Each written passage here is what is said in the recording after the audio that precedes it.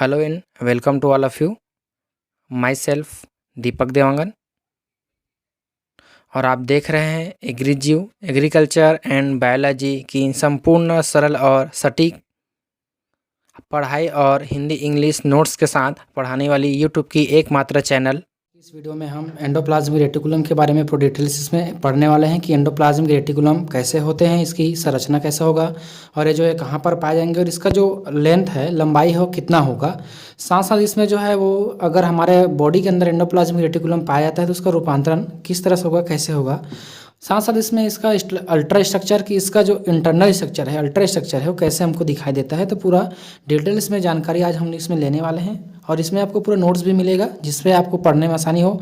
सबसे पहले हम लोग इसमें देख लेते हैं कि ये जो एंडोप्लाज्मिक रेटिकुलम है वो कहाँ से आया, किसने किया है, कहाँ से अब्जॉर्ब किया गया।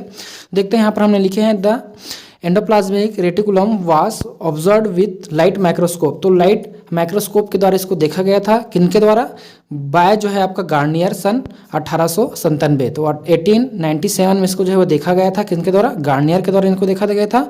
और उन्होंने कहा था कि हु द टर्म ऑर्गेस्टोब्लास्ट, ठीक है, ऑर्गेस्टोब्लास्ट के नाम से इसको जाना गया उस समय। कब, जब गार्नियर ने इसको खोज किया था सन 1897 में, ठीक है, 1897 में गार्नियर ने इसको खोज किया, मतलब इसको देखा गया था लाइट माइक्रोस्कोप के द्वारा। फिर उसके बाद जो है इन्होंने कहा था कि ऑस्ट्रियोप्लास्ट इसको नाम होगा, ऐसा उन्होंने कहा था।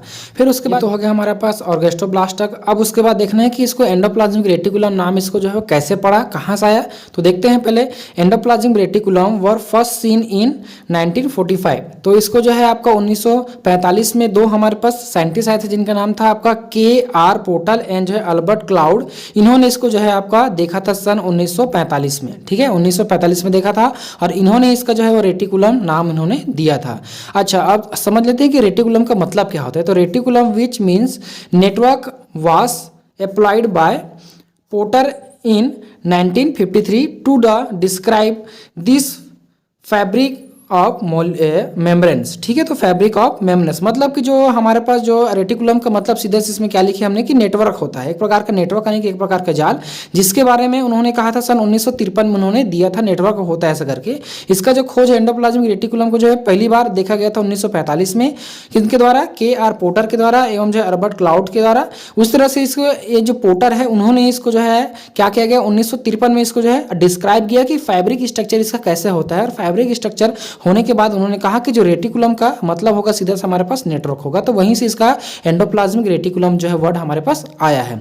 और ये जो एंडोप्लाज्मिक रेटिकुलम है आपका प्रोकैरियोटिक जो सेल होते हैं उसमें नहीं पाया जाता। प्रोकैरियोटिक सेल मतलब कि जो कि अल्प विकसित या प्रिमिटिव सेल हमारे पास है उनमें ये नहीं पाए जाते हैं। साथ साथ जो हमारे पास प्रोकैरियोटिक एनिमल्स के अंदर हमारे RBC जो पाए जाते हैं उनमें भी ये एब्सेंट रहता है। तो आपके प्रोकैरियोटिक सेल्स एंड जो है आपके RBCs में, ह्यूमन के RBCs में जो है नहीं पाया जाता। साथ साथ जो है एंडोप्लाज्मिक रेटिकुलम का जो है सेल का स्केलेटन बनाता है। जो एंडोप्लाज्मिक रेटिकुलम है वो सेल का स्केलेटन बनाने का काम करेगा। मतलब जैसे हमारे शरीर को जो है कि सहारे के लिए हड्डियों का जाल की आवश्यकता होती है, हड्डियां वहां पर रहता है, उस तरह से जो हमारा सेल्स है उसका हड्डी जो है आपका होता है एंडोप्लाज्मिक रेटिकुलम। तो इसको याद रखेंगे, एंडोप्लाज्मिक रेटिकुलम जो है हमारे सेल का क्या होता है, स्केलेटन होते हैं, ठीक है। अब आएगा कि जो हमारे एंडोप्लाज्मिक रेटिकुलम उसका रूपांतरण किस तरह से हुआ है, कि जो एंडोप्लाज्मिक रेटिकुलम अगर बहुत सारा था वहां पर तो उसका किन रूपों में जो है चेंज हो गया, कैसे चेंज हो गया, उसको हम यहाँ पर अभी देखेंगे थोड़ा सा। तो इसमें हमने लिखे हैं एंडोप्लाज्मिक रेटिकुलम का रूपांतरण, ठीक है। रूपांतरण मतलब ट्रांसफॉर्मेशन की किस तरह से इसमें ट्रांसफॉर्म हुआ है। सबसे पहले आ जाएगा हमारे पास जो है सार्कोप्लाज्मिक रेटिकुलम। सार्कोप्लाज्मिक रेटिकुलम नाम से स्पष्ट हो रहा है। सार्को का मतलब होता है कि लैमिला, एक स्तर जो कि किसी चीज से घिरा हुआ होता है या किसी चीज को घेर कर रखता है उसको क्या बोलते हैं, सार्को बोलते हैं। और सार्कोप्लाज्म मतलब कि जो सार्कोलेमा का जो लेयर है उसमें जो प्लाज्मिक मेम्ब्रेन है उसके साथ वो घिरा हुआ स्थिति में रहेगा। तो इसी तरह कहा गया हमारे पास सार्कोप्लाज्मिक रेटिकुलम। रेटिकुलम का मतलब तो नेटवर्क हो गया, जाल हो गया।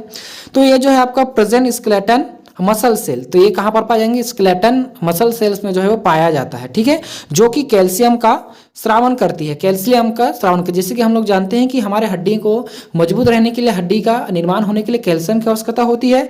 तो वो कैल्शियम कहाँ से हमारे पास प्राप्त होगा, तो सार्कोप्लाज्मिक जो रेटिकुलम होता है वो कैल्शियम का जो इसमें श्रावण वो जो है वो करता है, जिसके कारण से हमें पेशीय संकुचन में भी हेल्प होता है। जैसे कि आपका पेशी या मांसपेशी जो है मजबूत होगा तभी उसमें पेशीय संकुचन की प्रक्रिया हो पाएगा, ठीक है, स्लाइडिंग मूवमेंट इसमें हो पाएगा। तो स्लाइडिंग मूवमेंट होने के लिए हमारा जो कैल्शियम आयन है उसका भी हमारे पास श्रावण होना बहुत जरूरी है। और इसी कारण से आपके ऑस्टियोब्लास्ट, ठीक है। जो हमारा बोन के जो सेल होते हैं उसको बोलते हैं ऑस्टियोब्लास्ट। तो यहाँ पर मैं लिख देता हूँ इसको ऑस्टियोब्लास्ट, ऑस्टियोब्लास्ट सेल।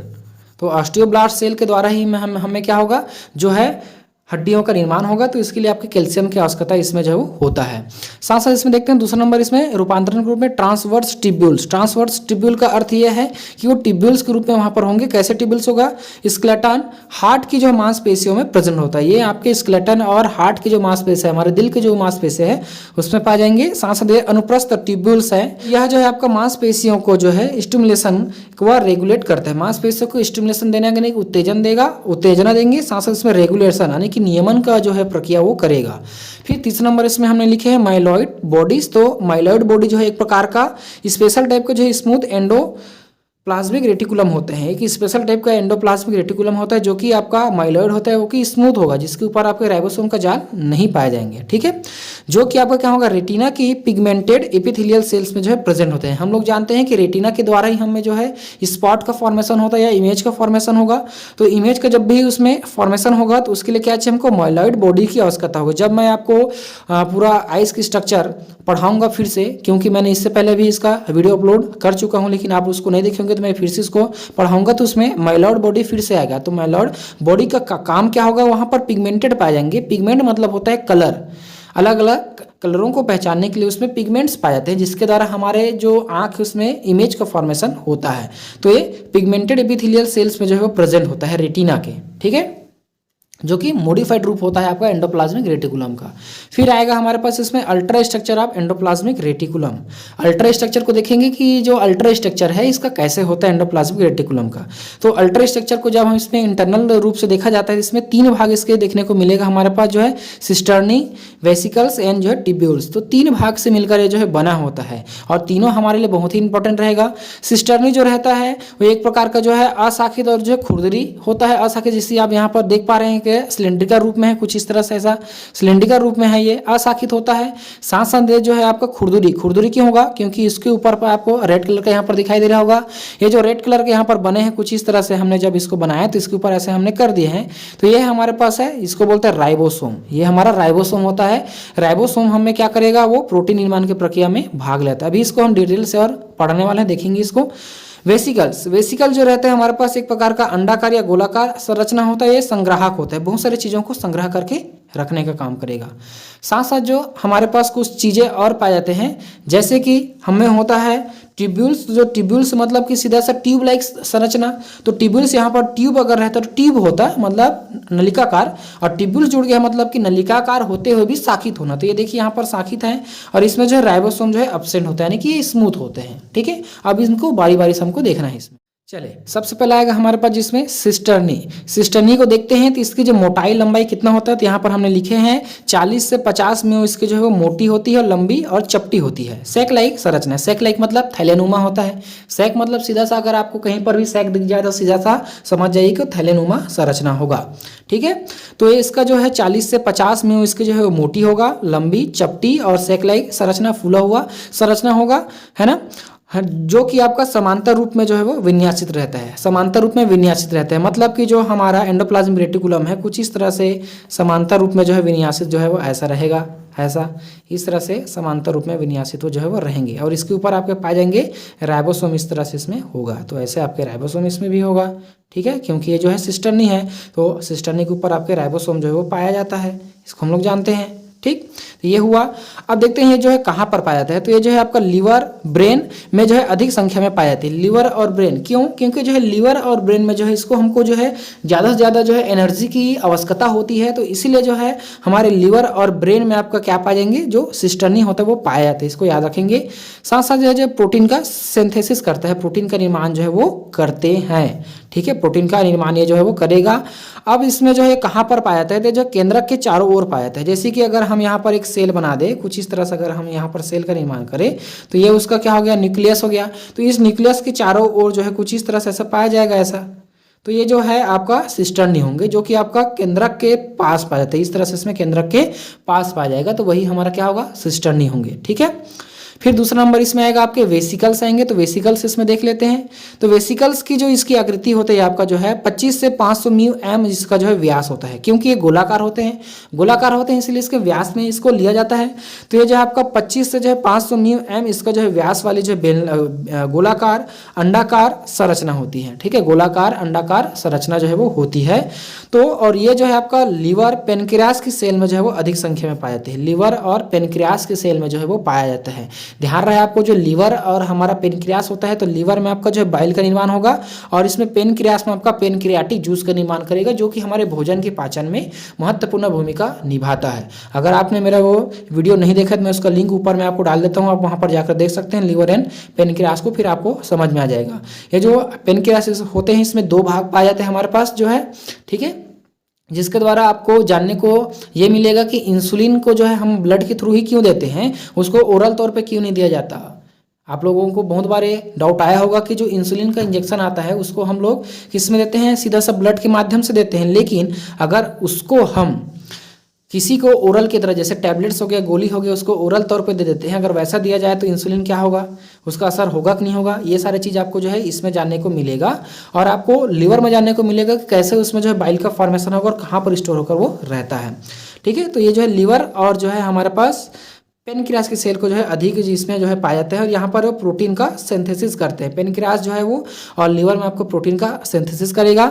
साथ साथ ये जो है आपका आइसोलेटेड स्टेज में होता है। आइसोलेटेड मतलब कि सेपरेटेड होगा, जैसे जो वेसिकल्स रहेंगे वो सेपरेट फॉर्म में इस तरह से इसमें वो ऐसा वो पाया जाएगा, ठीक है। कोशिका में से आपके सेपरेट फॉर्म में जो है वो रहेगा, किसी से जुड़ा हुआ नहीं रहेगा, लेकिन आपके जो सिस्टर्नी होता है आपके केंद्रक से जुड़ा हुआ होते हैं, ठीक है।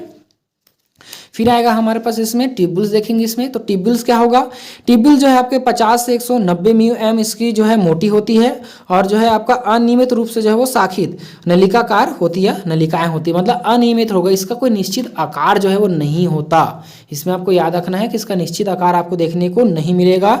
और इसकी जो है मोटाई कितनी होती है, आपका जो है 50 से 190 म्यू इसकी जो है मोटी होती है, ठीक है।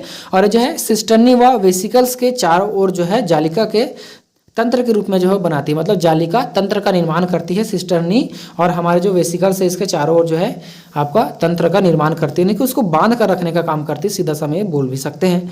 फिर ये होगा हमारे पास पिगमेंटेड एपिथेलियल सेल्स एंड जो है स्टेरॉइड सिंथेसिस में भाग लेते हैं।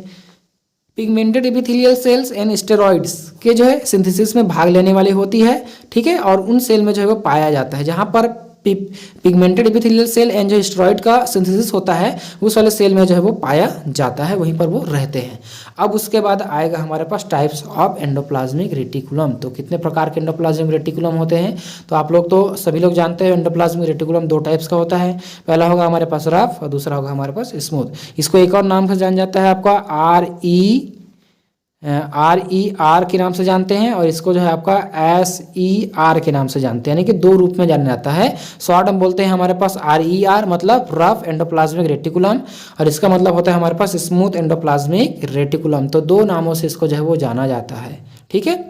अब देखते हैं जो रफ एंडोप्लाज्मिक रेटिकुलम है वो कहाँ पर पाया जाएगा। तो ये जो है केंद्रक झिल्ली के पास जो है पाया जाता है। हमने अभी बात की है, कौन सा की है बात, अभी हमने जो सेल के स्ट्रक्चर यहाँ पर ड्रॉ किए थे, तो सेल का जो स्ट्रक्चर था उसमें ये हमारा न्यूक्लियस है। तो न्यूक्लियस के जो है साइड में चिपका हुआ कौन है हमारे पास, जो है सिस्टर्नी है। तो सिस्टर्नी की कैसा था, इसके ऊपर राइबोसोम का एक जाल पाया, मतलब राइबोसोम इसके ऊपर है, मतलब ये रफ हो गया।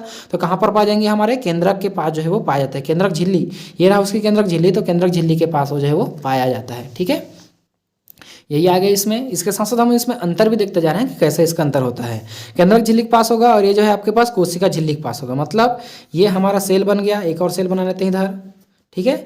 ये हमारा सेल, ये हमारा न्यूक्लियस, ये हमारा केंद्रक कोशिका झिल्ली। तो कोशिका झिल्ली के पास जो है इस इधर पाया जाने वाला जो रहता है वह हमारे पास है स्मूथ एंडोप्लाज्मिक रेटिकुलम, ठीक है। जिसमें आपके पास आएगा ट्यूब्यूल्स आएंगे, क्योंकि ट्यूब्यूल्स जो है हमारे वेसिकल्स होते हैं और सिस्टर्नी होते हैं, उसको वो बांध कर रखने का काम करेगा, यानी कि जालिका करता है, ठीक है। दूसरा इसमें देखते हैं, इसमें स्टेबल होता है, स्टेबल स्ट्रक्चर होते हैं। जो हमारा रफ एंडोप्लाज्मिक रेटिकुलम होता है एक प्रकार के स्टेबल स्ट्रक्चर होते हैं, और ये जो है लेस स्टेबल होता है, ये जो बहुत लंबे समय तक वो नहीं रह सकते। साथ साथ इसमें जो है रफ एंडोप्लाज्मिक रेटिकुलम में आपका राइबोसोम जो है प्रेजेंट होता है, लेकिन ध्यान रहे राइबोसोम की भी 2 उप इकाइयाँ होती हैं, तो राइबोसोम की जो दो उप इकाइयाँ होंगे उसमें से जो बड़ा उप इकाई है वो इसके साथ जुड़ा हुआ रहेगा, बड़ा वाला कुछ इस तरह से बनता है। वो उसकी जो एक होगा हमारे पास बड़ी उप इकाई इस तरह से, और एक बनेगा हमारे पास छोटी उप इकाई इस तरह से। तो ये जो बड़ी उप इकाई है इसके साथ वो जुड़ा हुआ रहता है, ठीक है। और इसमें जो है राइबोसोम तो एब्सेंट ही होता है, स्मूथ एंडोप्लाज्मिक रेटिकुलम में आपका राइबोसोम नहीं पाया जाएगा। फिर जो राइबोसोम अगर हमारे एंडोप्लाज्मिक रेटिकुलम से जुड़ेगा, ये जो इसके साथ अटैचमेंट होगा इससे जुड़ेगा, तो जुड़ने के लिए यहाँ पर कुछ चीज़ तो चाहिए उसको जोड़ कर रखने के लिए। जैसे हम किसी चीज़ को चिपकाते हैं तो उसके लिए हम गम या ग्लू का सहायता लेते हैं, तो वो कैसे चिपकेगा इसमें हमको देखना है। तो जो राइबोसोम है आपके पास है राइबोफ्लोरिन फर्स्ट एंड राइबोफ्लोरिन सेकंड, एक प्रकार का जो ग्लाइकोप्रोटीन होता है उससे एंडोप्लाज्मिक रेटिकुलम से जुड़ा हुआ रहता है, ठीक है। जो राइबोफ्लोरिन होता है फर्स्ट एंड राइबोफ्लोरिन सेकंड, ये प्रकार का ग्लाइकोप्रोटीन है जो राइबोसोम को एंडोप्लाज्मिक रेटिकुलम से जोड़ने का काम करेगा, ठीक है। और इसमें जो है राइबोफ्लोरिन जो एब्सेंट रहता है, क्योंकि इसमें राइबोसोम ही नहीं रहता तो राइबोफ्लोरिन का मतलब ही नहीं है इसमें। फिर आगे इसमें जो इसका जो रफ में कौन कौन आएंगे, सिस्टर्नी एंड जो है वेसिकल्स आएगा, और इसमें आपको जो ट्यूब्यूल्स आएंगे। फिर आगे इसमें रफ एंडोप्लाज्मिक रेटिकुलम जो रहता है आपका प्रोटीन सिंथेसिस इन सेल, तो इसमें सेल्स के अंदर जो है प्रोटीन का सिंथेसिस होता है। और जो हमारा स्मूथ एंडोप्लाज्मिक रेटिकुलम होता है वो जो है आपका ग्लाइकोजन व जो है लिपोप्रोटीन का मेटाबॉलिज्म होता है। इसमें ग्लाइकोजन एवं लिपोप्रोटीन का मेटाबॉलिज्म इसमें जो है वो होता है, कि लिपिड्स के रूप में ब्रेक डाउन उसका जो है वो होता है। अब अंतिम में हम इसमें देखेंगे इसका कार्य कि एंडोप्लाज्मिक रेटिकुलम के फंक्शंस क्या क्या होते हैं। तो सबसे पहले फंक्शन इसमें देख लेते हैं आपका प्रोवाइड मैकेनिकल सपोर्ट, तो ये जो है सेल्स को मैकेनिकल सपोर्ट प्रोवाइड करने का काम वो करता है। साथ साथ इसमें आएगा आपके ग्लाइकोजन का मेटाबॉलिज्म करेगा, ग्लाइकोजन जो रहता है उसको ग्लूकोज में चेंज करने के लिए मेटाबॉलिज्म का काम उसमें जो है वो करता है। फिर आगे इसमें ट्रांसपोर्ट ऑफ जेनेटिक सब्सटेंसेस, तो ये जो है ट्रांसफॉर्म करता है जेनेटिक इन्फॉर्मेशन को ट्रांसफॉर्म करेगा, क्योंकि गोल्गी बॉडी के साथ ये अटैचमेंट रहेगा, तो गोल्गी बॉडी में अटैचमेंट होने के कारण जो इसमें वो क्या करेगा, ट्रांसपोर्ट करेगा, जेनेटिक सब्सटेंस को ट्रांसफॉर्म करने का काम करता है। साथ साथ इसमें सिंथेसिस ऑफ जो है लिपिड, तो लिपिड का सिंथेसिस करेगा कहाँ से, आपका लिपोप्रोटीन्स को तोड़कर जो है वो लिपिड का सिंथेसिस करेगा। एंड जो है एक्सचेंज ऑफ मटेरियल, तो मटेरियल का भी एक्सचेंज इसमें जो है वो करते हैं। तो ये रहा हमारे में एंडोप्लाज्मिक रेटिकुलम। आई होप आज का जो हमारा वीडियो आपको पसंद आया होगा, तो देखते रहिए हमारा यूट्यूब चैनल। धन्यवाद, थैंक यू।